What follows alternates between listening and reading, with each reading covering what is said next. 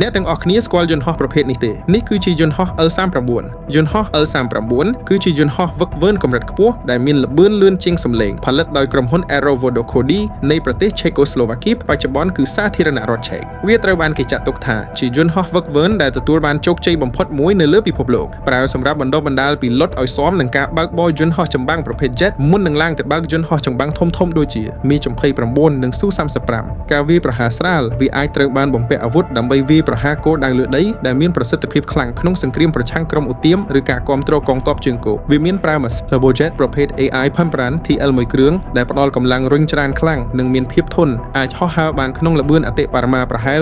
750គីឡូម៉ែត្រក្នុង1ម៉ោងអាចហោះឡើងបានខ្ពស់បំផុតដល់11000ម៉ែត្រវាត្រូវបានរចនាឡើងឲ្យមានតុល្យភាពល្អនិងងាយស្រួលបញ្ជាដែលធ្វើឲ្យវាមានសុវត្ថិភាពខ្ពស់សម្រាប់ពីលិតថ្មីថ្មោងទោះបីជាវាជាយន្តហោះវឹកវើប៉ុន្តែអាចបំពាក់អាវុធបានវាអាចបំពាក់កាណុងភ្លោះទំហំ23មីលីម៉ែត្រនៅផ្នែកខាងក្រោមតួខ្លួនមានចំណុចភ្ជាប់នៅក្រោមស្លាបដែលអាចផ្ទុកគ្រាប់បែកកញ្ចប់រ៉ុកែតឬមីស៊ីលរយៈចម្ងាយជិតវាមានតម្លៃថោកប្រតិបត្តិការចំណាយតិចនិងងាយស្រួលថែទាំបើប្រៀបធៀបទៅនឹងយន្តហោះចម្បាំងពិតប្រាកដវាត្រូវបានប្រើប្រាស់ដោយកងទ័ពអាកាសជាង30ប្រទេសរួមទាំងកម្ពុជាផងដែរកងទ័ពអាកាសកម្ពុជាក៏មានប្រើប្រាស់យន្តហោះប្រភេទ L39 នេះដែរសម្រាប់ធ្វើការវឹកវើដល់ពីលុតនិងការការពារដែនអាកាសក្នុងកម្រិតស្រាលចំពោះយន្តហោះ L39 នៅក្នុងកងទ័ពអាកាសកម្ពុជាចំនួនពិតប្រាកដគឺពិបាកនឹងបញ្ជាក់ឲ្យច្បាស់ 100% ណាស់ដោយសារការវិវត្តនៃស្ថានភាពបច្ចេកទេសប៉ុន្តែផ្អែកតាមទិន្នន័យតាមដានយោធាអន្តរជាតិដូចជា World Air Forces ការប៉ាន់ស្មានថាមានយន្តហោះប្រភេទ L39 ចំនួនចន្លោះពី5ទៅ6គ្រឿងដែលបានទិញតាំងពីអំឡុងទសវត្សរ៍ឆ្នាំ